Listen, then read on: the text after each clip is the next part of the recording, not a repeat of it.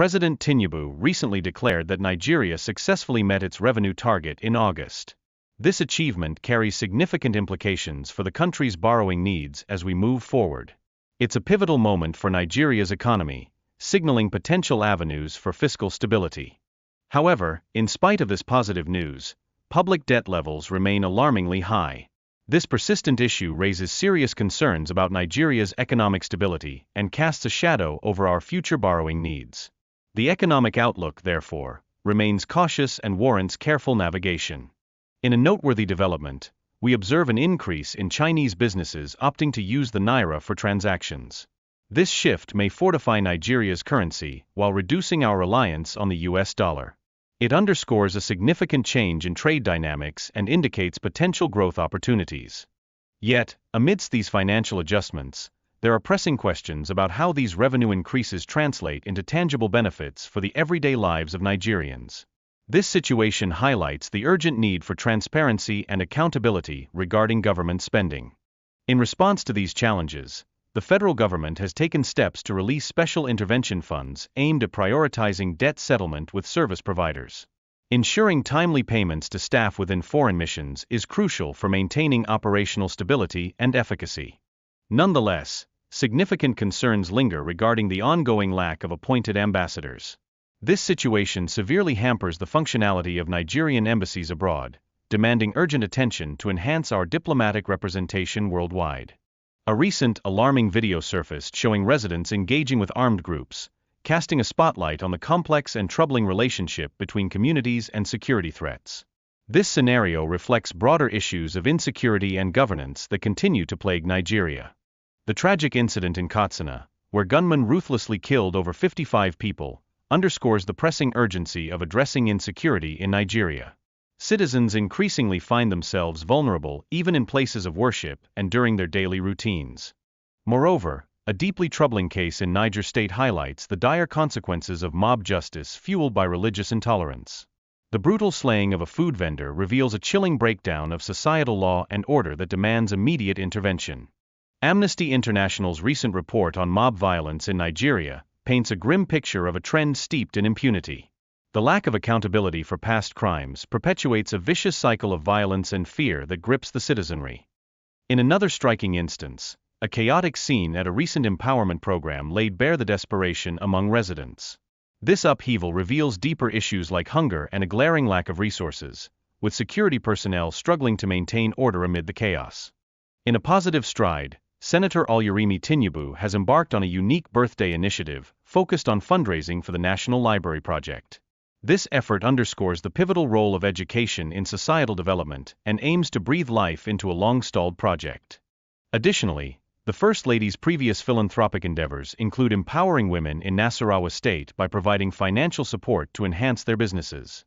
Such initiatives highlight her steadfast commitment to improving livelihoods and fostering educational opportunities. Meanwhile, Governor Lawal's unwavering dedication to peace and security in Zamfara represents a broader initiative aimed at enhancing citizen welfare while fostering regional stability. Such leadership is essential in navigating the complexities of today's challenges. In a bid to revitalize tourism, the Lagos state government has launched the 101 Days in Lagos initiative. This program seeks to empower youth and celebrate Nigeria's rich cultural heritage, emphasizing the importance of uniting society through shared experiences. Finally, Lagos is set to host the inaugural E1 Electric Powerball Championship, underscoring its commitment to clean energy and innovation. This event positions the city as a burgeoning hub for sports and technology, reflecting a forward-thinking vision for the future. A compelling call resonates among political leaders to unite behind Peter B. The urgency of this demand is clear. Failure to act will only exacerbate the suffering of the populace. This isn't just political rhetoric, it reflects a deep-seated plea for decisive action that impacts real lives. Frustration simmers beneath the surface of our political discourse. The speaker articulates an undeniable truth: numerous politicians have repeatedly let down the country. Their lack of genuine concern for the nation's future is palpable, prompting questions about their commitment to the very people they were elected to serve. This juxtaposition of ambition versus citizen needs is stark. Politicians often become ensnared in their own aspirations, losing sight of their essential duty to prioritize the welfare of the people. This disconnect creates a chasm between leaders and citizens that only grows wider, leading to widespread disenchantment. As the dialogue around democracy deepens, the question of who should be eligible to run for office emerges. This debate reflects the diverse opinions held by citizens regarding representation and accessibility in our political systems. It's a conversation that shapes the very fabric of our governance. In this context, the significance of organic followership in politics cannot be overstated. It's clear that genuine support shapes voter loyalty and influences election outcomes. Candidates like Peter B. stand to gain tremendously from this dynamic, as real connections with voters breed trust and engagement. However, the transferability of votes raises important questions. Voter loyalty frequently ties directly to individual candidates, rather than being merely a function of party allegiance. Understanding this reality is crucial for anyone navigating the political terrain, as it informs strategies for both candidates and voters alike. The presence of Mr. Peter B. brings an undeniable shift in voter motivation. His influence has sparked increased participation, fostering a sense of ownership among voters in the electoral process. This profound sense of belonging is a powerful catalyst, energizing the electorate and fueling a more engaged democracy. It's important to recognize the role of everyday citizens in the context of election rigging. It's not merely an external threat. A vigilant and united populace plays a critical role in safeguarding the integrity of elections, ensuring that fraud is effectively thwarted before it takes root. Legal challenges surrounding political candidacy are an inevitable reality, as history has shown with various amendments. For citizens to navigate the political landscape successfully, a solid understanding of these laws is essential. Empowering voters with this knowledge equips them to make informed decisions in a complex political arena. Good morning to you viewers. Let's begin what's trending by looking at reactions trailing President Bola Ahmed Tinubu's announcement that Nigeria has achieved its 2025 revenue target ahead of schedule. President Tinubu made the announcement on Monday during a meeting with members of the Buhari organization at the State House in Abuja. Tinubu disclosed that the milestone was achieved as early as August and was primarily driven by non-oil earnings. He stated that this progress means his administration has now ruled out the need for further borrowing to fund the nation's expenditure. Well, let's take a look at the video before we take some reaction. Today I'm standing before you, I can brag that Nigeria is not borrowing, it's dying from local bank. The revenue, we have met our target of revenue for the whole year. We met it in August. I've reviewed this morning. Non-oil. If non-oil revenue is going well, then we have no fear of whatever Trump is doing on the other side. All right, this video has gone viral. So let me take some reactions, and this is from Africa Must Be Better. They wrote on X, the statement Tinubu made is confirmed. The president is correct. Nigeria has met its annual revenue target by August and is not currently borrowing from domestic banks. Economic outlook remains cautious. But despite this success, public debt levels remain high and may necessitate borrowing in the future. While Arab Mogul wrote, all this talk about revenue targets and Trump, while the security of Nigerians is being neglected, money in the treasury doesn't stop bandits, kidnappers, and violent crimes. Focus on protecting the people first before bragging about non-oil revenue. While Tolu wrote, the real threat Tinubu should be losing sleep over isn't Trump. It's the daily exploitation of Nigerians by telecoms, banks, and corporates hiding behind government cover until that rot is confronted head-on. There is no foundation for a truly stable economy, and that's one of the concerns of Nigerians. Then Nse wrote, my question, 1, what about the borrowing from institutional investors, international organizations, and foreign nations? What is the size of our borrowing, especially when compared to per capita income? 3, where are we on our total revenue, oil and non-oil target in the meantime? We're also getting reports that Chinese businesses in Nigeria are increasingly using the local naira for transactions, thereby bypassing the US dollar, which in turn is contributing to the naira's improved performance in the foreign exchange market. Well, according to the president of Association of Bureau of the Change Operators of Nigeria, Aminu Gwandabe, Chinese nationals are accepting naira for yen through peer-to-peer transactions, which is especially visible in the mining sector.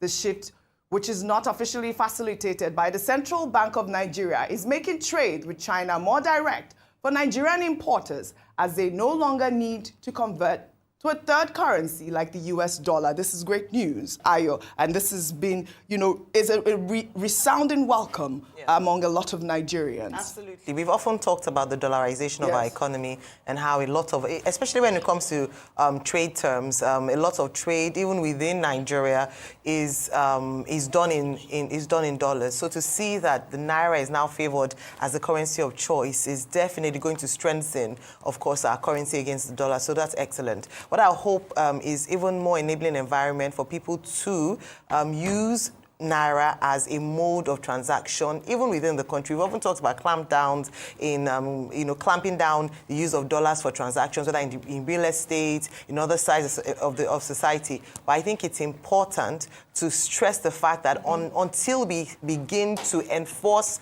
those directives, we'll continue to see, increased dollarization of the economy. But I think this is definitely good news, and it would help to, our trade with China. But going back to the conversation, the earlier news with what the president said. Yes. We'd spoken about this earlier, and we clarified that when he said that they had hit their revenue target, he was actually speaking more around the rate of growth of revenue compared to last year. Yes. So they clarified it to say that what he meant was that last year they had the revenue at this time in 2024 was about 10.4 trillion naira. That had increased year on year to 15.7 trillion naira. That's by 50%. And so he was applauding the fact that they had set a target at the beginning of the year during their budget announcement, but now it has now been met even before the end of the year. So that's, something. Not that they had totally met revenue targets. We still have a few gaps there. But I think what was even more important for us was budget performance and what this revenue would be used for. So transparency, the opportunity to see accountability and to see actually the people, everyone in Nigeria being able to feel the impact of these increased revenues. We can't just live for announcements. We can't just live for, celebrations that we don't see the real impact when it comes to the pockets of the people. These monies can be invested into critical social infrastructure, including, healthcare, education, including ensuring that, we've talked about transportation subsidies in the past. So those things are what we want to see included in his announcement. Essentially, the federal government is moving in the right direction. In another development, the Ministry of Foreign Affairs has admitted that some of Nigeria's diplomatic missions abroad are facing potential eviction due to unpaid rent, bills, and local staff salaries. Well, according to a statement posted on X, the ministry explained that the situation is a direct result of long-standing budgetary limitations which have hindered the mission's ability to operate optimally and fulfill their diplomatic and consular duties. However, the ministry also noted that the Tinubu administration is actively working to address the issue.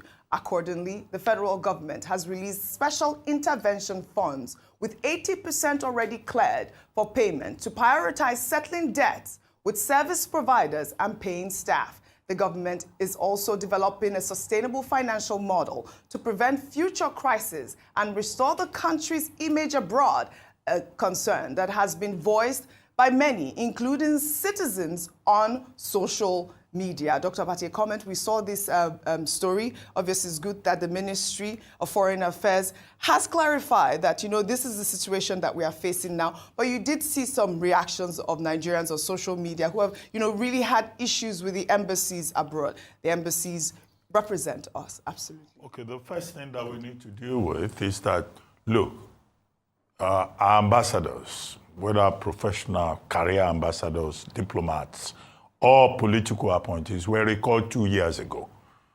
2 years later, the Nigerian government, the Tinubu administration, has not been able to appoint new persons to those positions. Yes, those missions are manned by child affairs, but for you to really have an embassy running, you need to have personal representatives. That's what diplomats are, ambassadors are. They are direct representatives of the president of Nigeria or the president, the leader of the sending nation. That has to be addressed. The federal government has been going back and forth on the appointment of diplomats. I think they need to address that. The second issue, as Kemebi Ebiemfa, the spokesperson of the Ministry of Foreign Affairs, pointed out, is simply that, look, yes, this issue of budgetary allocation for the missions abroad has been there before now. Yes. The ambassadors are not paid. They don't have basic money to run the missions. Locally recruited staff are not paid on time. They cannot meet their obligations. And I think that it's been a very embarrassing thing for the Nigerian government that our missions are not properly funded. The thrust of the statement by Ebiemfa, the spokesperson of the Foreign Ministry, is that the Tinubu administration is now going to address this. That there is a fund that has been put in place to pay the arrears, pay the allowances, and also a plan to make sure that these missions are funded, supported on a sustainable basis. And that the Ministry of Foreign Affairs is liaising with the Accountant General of the Federation's office that approved funds by the federal government are immediately disbursed so that these missions can function. So that's reassuring, but it has to be on a sustainable basis because Nigeria has an obligation, to relate with other institutions, other countries, either at the bilateral level or at the multilateral level. So we receive the reassurance by the Ministry of Foreign Affairs, but we have to watch and see and measure all these statements in terms of follow-up actions and outcomes. Well said, it's Dr. not enough to just reassure us. And then let them appoint ambassadors. If they don't know who to appoint, we can make recommendations from our Rice News. Which one will you take? No, I don't want to leave Nigeria. I'm better off here. But there are persons we can recommend to them in case they have a difficulty looking for people. We have our international correspondent who's always traveling. Adefemi Akinsoya, number one on the list. Well, all right. Let's head over to Katsina State now, where a shocking video has emerged showing residents celebrating as gunmen wielding AK-47 rifles and riding on motorcycles stormed their community during a peace dialogue meeting. The gunmen were seen moving freely with their weapons, drawing cheers and praise from some locals despite the absence of Nigerian security agents in the area. The video also captured residents taking selfies with some of the gunmen, shaking hands with them, and even praising them while others engaged them in friendly conversations. Let's take a look.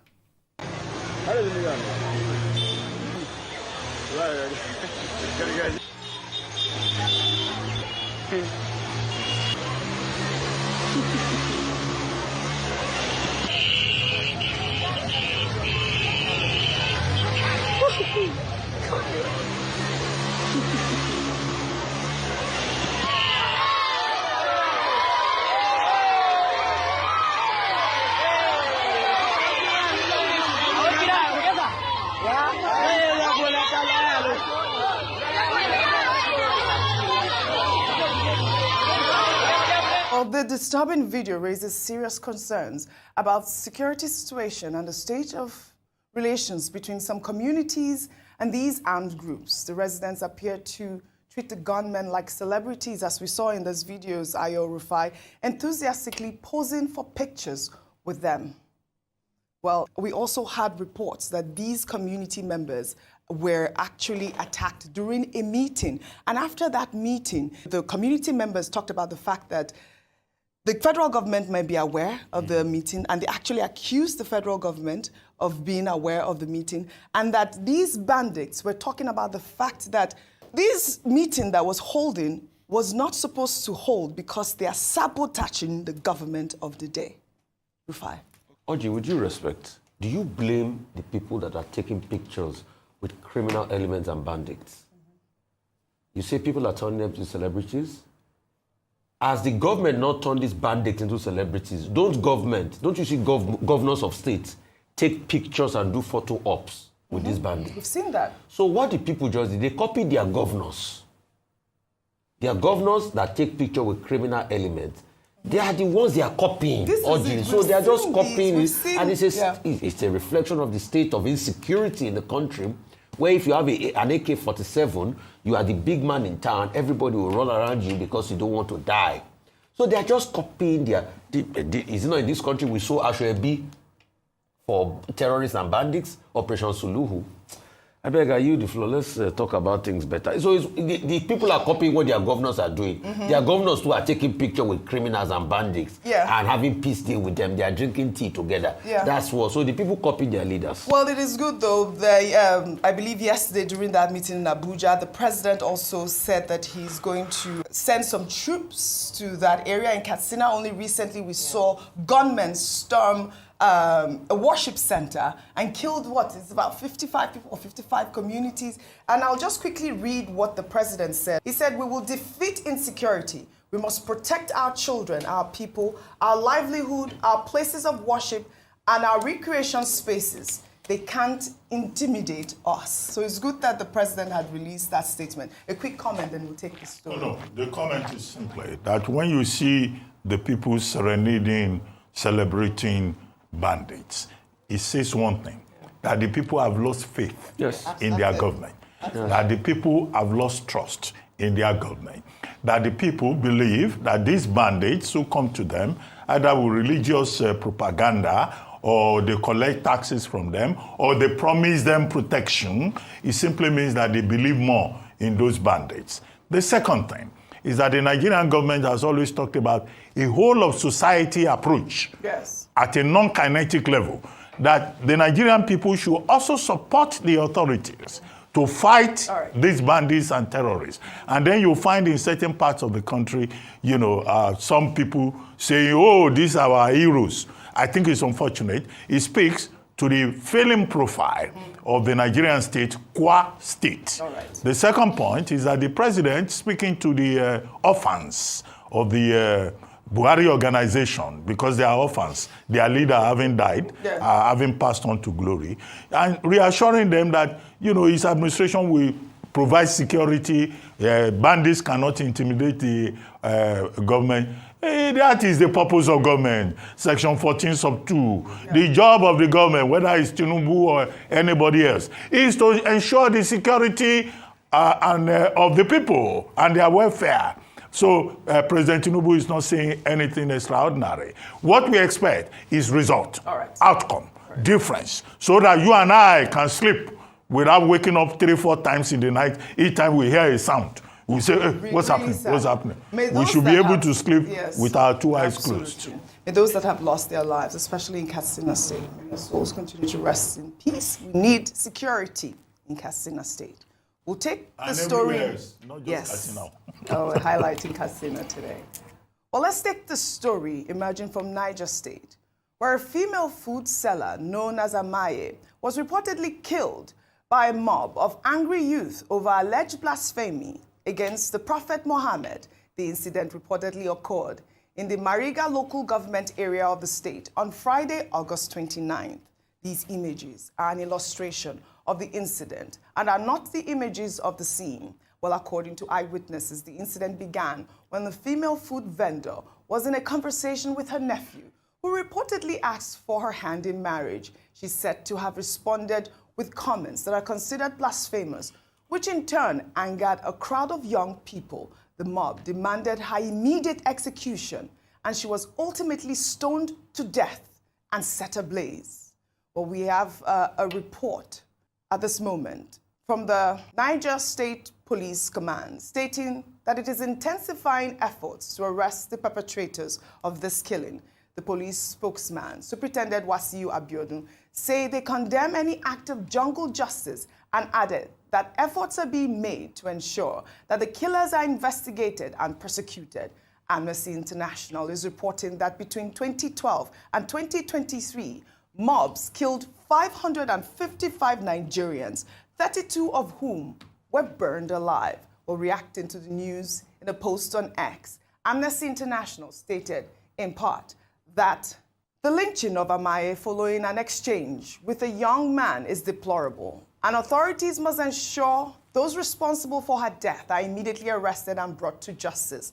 That the mob overpowered security personnel and instantly lynched her shows utter disregard for the sanctity of life and due process. The Nigerian authorities must curtail the impunity that has led to an increase in mob violence and arrest all those involved in this reprehensible act, and also ensure that they are held to account. My heart broke with this story. Yeah, this is so sad. Another life lost due to what is considered blasphemous statement. And of course, when you talk about this, you cannot but remember lovely Deborah Samuel from Sokoto. Yes. You know why this keeps happening again and again? Because there doesn't seem to be consequences for such actions.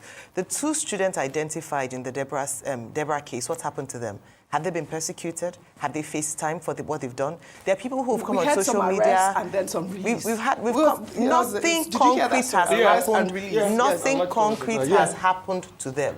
And so that is why, years later, another innocent girl would be killed by a group of people who have deemed in their own personal court of law and by their own estimation what ought to be the punishment for her infraction to have killed a woman who just went out to do her job. And so what I'm saying is that we keep talking about religious intolerance, Nigeria being a secular state, and yet some people taking laws into their own hands in the name of religion. But I think the biggest issue is that we often look the other way, including very prominent members of society who see these things happening and say nothing about it so as not to offend a certain base. Until we're serious enough to handle this and actually bring the people who are the perpetrators to book, we are not going anywhere. I'm so sad that this has happened. Really, and it actually happened that they took the girl to the palace, so a traditional leader was involved. Yet they said he handed her over, and then the security operatives who were there were not able to contain this. Are we joking? So, those are the kind of questions to ask. Rufai, you heard the statistics. 555 people have been killed so far within that time frame. It will 31 burned alive. Yes, it will happen again, because when Eunice Olawale and Bridget were beheaded, should we even go back to the days of the Akalukas of this world? When all of that happened, nothing happened. In fact, you didn't even tell the story well. When people protested about Deborah Samuel's case, you know what happened? There was a riot in Sokoto that day that for 2 days, religious homes were targeted, were destroyed. Till today, nothing came out of that case. Oji, let's not deceive ourselves. The police will just stop. Nothing will come out of this. Alhaji Atiku Abubakar deleted his tweets. Yes, he was until tomorrow. When they asked him in a panel, he said, I normally sign off my tweet and everything. He tweeted before. He deleted his tweets. Yes. So let's call a spade a spade. We deceive ourselves too much in this country. Nothing will happen. May her soul rest in perfect. It's a really sad situation. Nothing it's good will that happen. The police has responded, and we really would like for those people to be named and shamed at this point. Still in Niger State, a video capturing chaotic scenes from an empowerment program in the Suleja Tafa local government area of the state has been making the rounds on social media. The incident, which shows residents looting food items, reportedly took place last Sunday, August 31st, at about 4 p.m. at the Suleja Stadium. The empowerment program was organized by Honorable Adamu Tanko, the lawmaker representing Suleja Tafa. In the video, residents were stumbling over one another to grab relief items, with security personnel fighting to maintain order.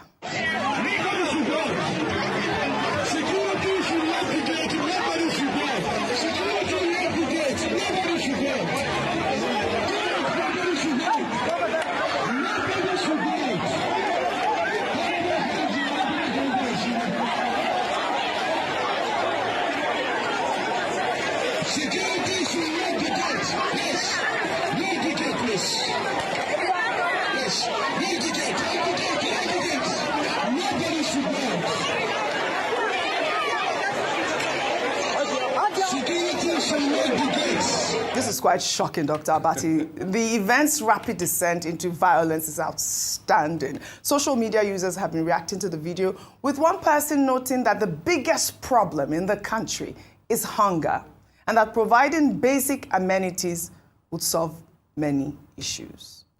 Well, in the meantime, in a new and unique move, Nigeria's First Lady, Senator Remi Tinubu, is dedicating her upcoming 65th birthday to a fundraising initiative for the National Library Project. The First Lady, in a video message, said that instead of receiving traditional birthday gifts like cakes, cards, or newspaper messages, she asked well-wishers to donate funds to the Oluremi at 65 Education Fund. The initiative, which is coordinated by the Federal Ministry of Education, is aimed at helping to complete the long-stalled National Library, which has been under construction since 2006. Let's take a look. I wish to appeal to those who would like to send a birthday card, cakes, flowers, greetings in the newspapers, or gifts, should please send the funds to the designated account for a special project close to my heart, among many others. The completion of the National Library. This will be the best birthday present I could receive. My love for education has informed my decision to dedicate my birthday to this worthy cause. This fund is coordinated by the Federal Ministry of Education under Oluremi at 65 Education Fund, Zenith Bank PLC. Account number is 131-031-4977. Thank you for joining me in this building project. God bless you.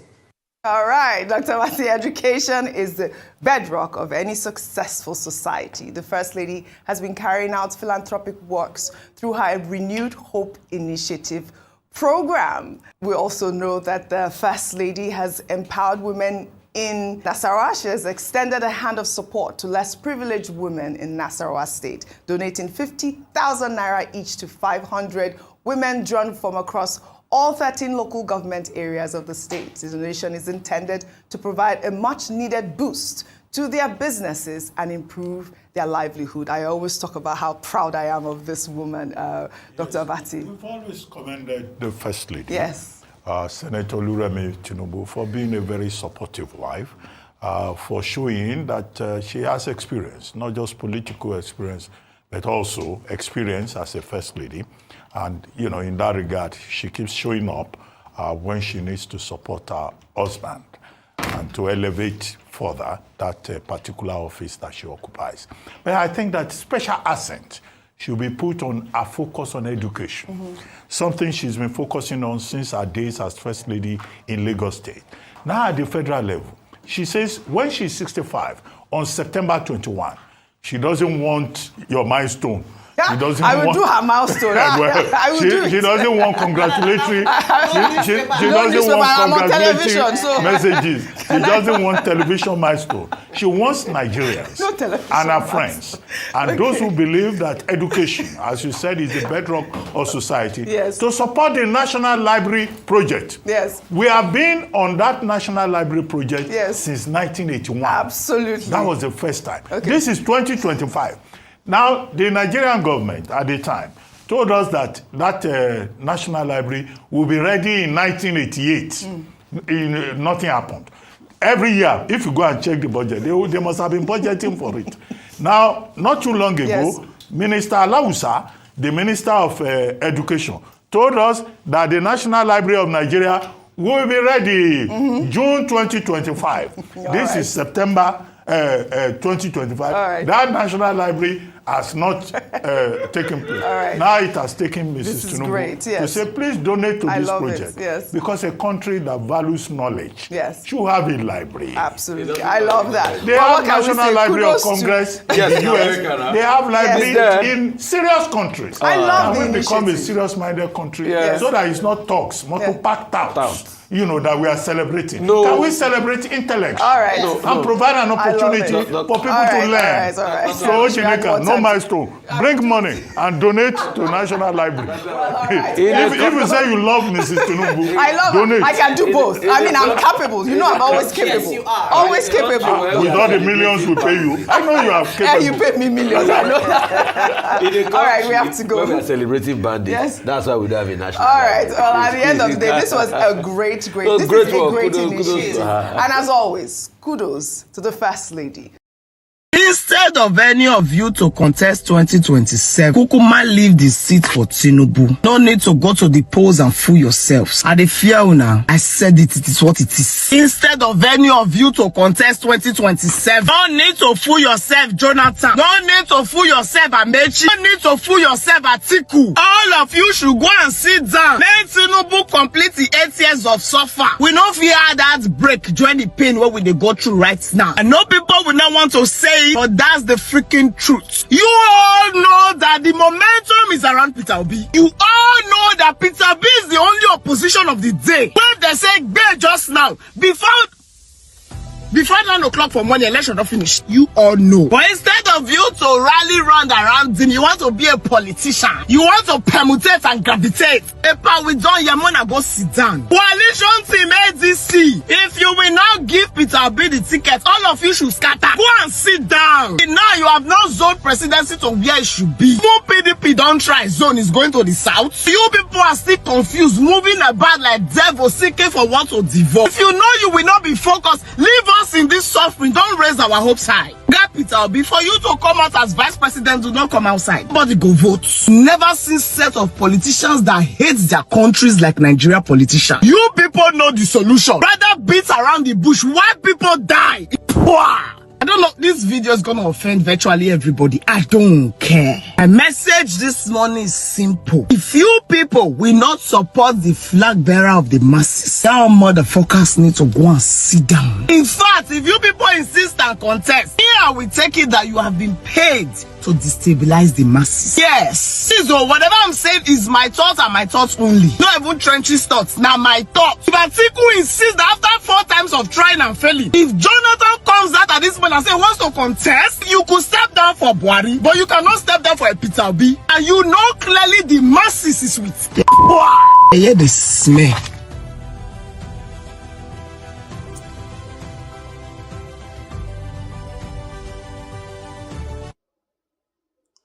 Hello, everyone.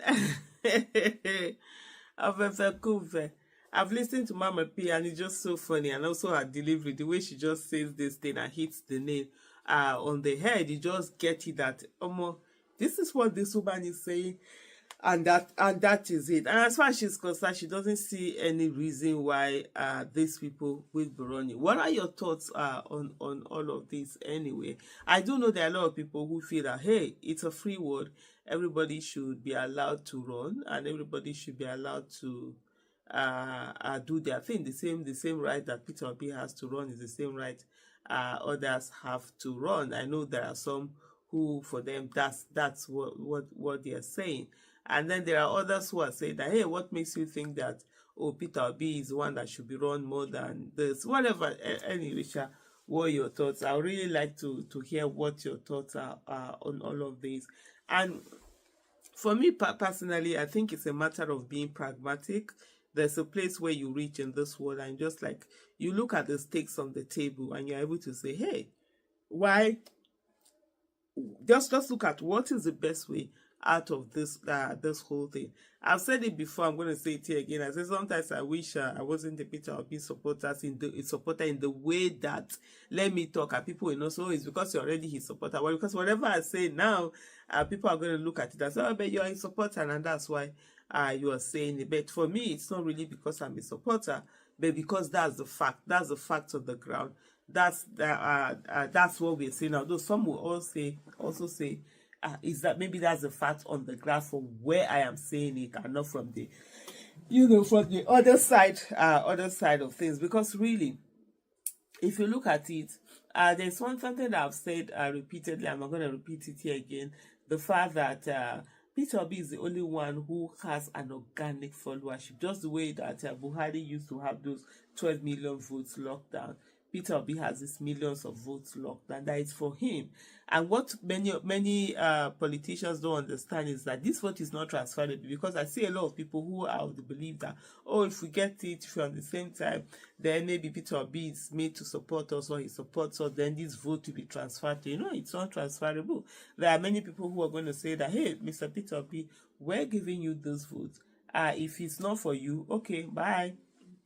You people do your own thing, we'll move on. And so you don't want to have that in a situation like this, because if you have someone other than Mr. Peter Obi, what you will get is that a lot of people will not be motivated.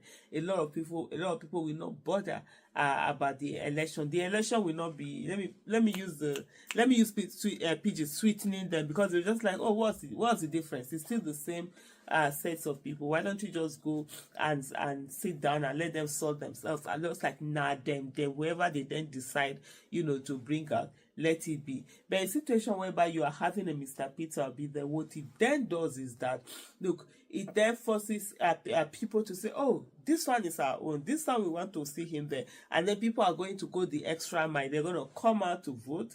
They're going to come out and use their resources, their time, their energy to campaign.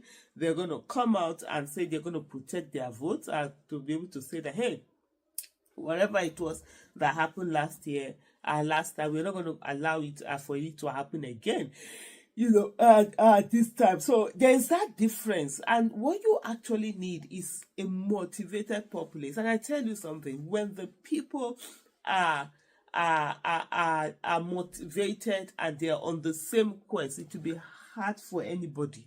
And I repeat, it will be hard for anybody to come in and say, oh, they're going to rig the election. Why are you going to pass to rig the election? This rigging of election is not angels that do it. It's not devils that do it. It's not wicked people or whatever that do it. It's actually citizens like you and I. It's actually people that are part of this country, everyday citizens that have that opportunity, and then they'll be able to do it. When people now sit down and say, hey, we're not going to allow for this to happen, guess what is going to happen at the end of the day? You're going to have a situation whereby those people are saying, people are blocking and saying, no, we will not allow this to happen, because then people will not take it personal. Just like you had in 2022, when people were like, oh, I'm running for president through Peter Obi, I'm running for president through Peter Obi. That's the same thing that you're going to have this time, when people are more motivated to come in. In the case of Jonathan, you already hearing there might be some legal problems, although some are also saying, lawyers will come and talk this way, talk that way. This whole issue where you cannot be sworn in more than 2 times. There was a constitutional amendment that was done after he left office, which prevents someone like him from running for office. But then again, there are going to be a lot of lawyers who are going to say, like, look, this thing happened after that. It was the law came into effect after he had done what he did, and so you cannot go back and use something in the past to now judge someone. That's also some of the things that are going to come out. Hey, but anyway, sir, it is what it is, and it's left for Nigeria to actually, be the ones to take charge of the soul of their country. Thank you so much, and bye.